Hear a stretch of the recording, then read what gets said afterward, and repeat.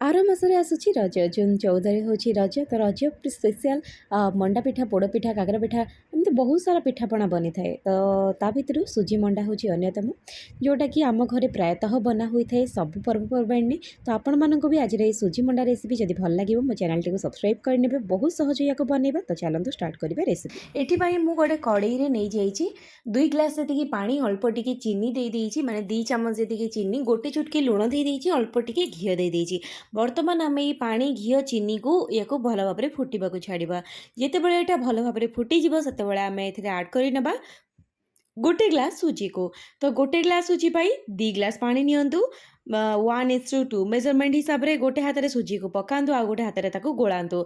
Gas flame को ये time slow रखी दिंतु आपर या आम मीडियम फ्लेम ये भाव में भल भाव में सुजी को आम से पर्यंत या गोलेबा जेपर्यंत एटा गोटे एमती डो टाइप को न आमती आम अटा चकड़ुचे बस एमती गोटे गुड़ा को सी न आसी। तो ये देखिपे सुजी आमर बहुत बढ़िया भाव में कड़े छाड़गला। एवं आम या कभर करके 10 मिनट पर्यंत घोड़े छाड़ीदे। 10 मिनट पर यहाँ सुजीटा टिके ठंडा हो जाइए। तो मुझे गोटे प्लेट को काढ़ी नेली।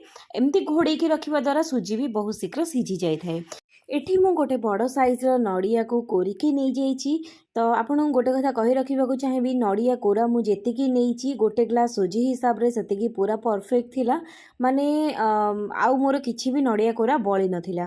तापरे मु एथरे देई देबी 3 बड़ चामच जेतिकी चीनी। आपण आपणक हिसाब रे मिठा को कम बेसी करि परिबे। जदि आपनको अधिका मिठा खाइबा को पसंद ताहले 3 बड़ चामच चीनी बदले आपण 5 चामच किबा 6 चामच देई परिबे। तापरे एथरे गोटे इलायची को मु भल भाव रे भांगी पकई देली जोटा कि अलैच ताको आमे से पर्यंत माने भाजीबा जे पर्यंत एटा एमतिया कलर को न आसी टिके ओदालिया ओदालिया थी बेसी आपण या झुंझुनिया करेनि ना तो यहाँ पूरा हार्ड हो। तो ये आपड़ देखिपे जंतणी आमर बर्तमान ये रेडी।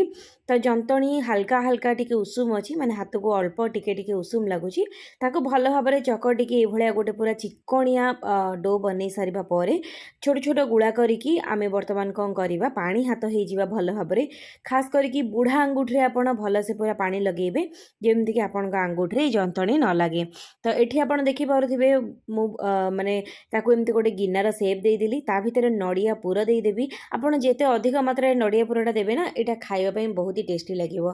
जिते कमेकी देवे से टेस्टी लगभग किंतु जदि अधिका देवे ना खाई माने जिते खाइबे आपण तो पाटी को पुरटा बाजिबो।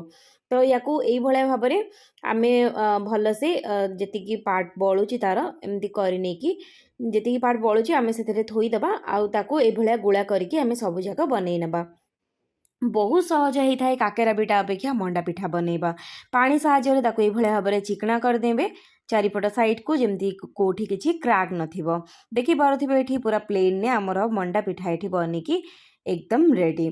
तो चलतु एठी मु एई भली भाव में सब मंडा पिठा को बनई नेबी। देखि पारुथिबे एठी मु किछि मंडा पिठा को प्रस्तुत करि नैछि। एठी कड़ाई रे तेल को पूरा हाई फ्लेम रे मु गरम हवा पई रखिथिली। तेल जेतेबेले भल भाव में गरम हो जिवो ताको आमे वर्तमान मंडा पिठा को पकेकी मीडियम फ्लेम रे ताको आमे फ्राई करिबा। मन रखिथिबे बेसी स्लो फ्लेम करिवेनी कि बेसी हाई फ्लेम करिवेनी। स्लो कले बेसी तेल पई जिवो हाई कले सेटा भितरटा माने टिके कंचालिया कंचालिया लागिवो। तो ताकू से पर्यंत फ्राई करिवे जे पर्यंत एमती कलर न आसी बाहरटा टिके क्रिस्पी न होइछि। तो पाखापाखि 3 मिनिट पर आमर मंडा पिठा बर्तमान एठी बनिकी रेडी। तो आशा करुछि आज रेसिपी आपण मानकु निहाती भाव में पसंद आसीथिबो। माँ के पाखे या निश्चित भाव में भोग लगातु। भिडियोटी केमती लगे मते कमेंट सेक्शन में कमेंट करी निहाती भाव में जनइबे। भल लगी चैनल को गोटे सब्सक्राइब करने जमार भी बुलांतुनी।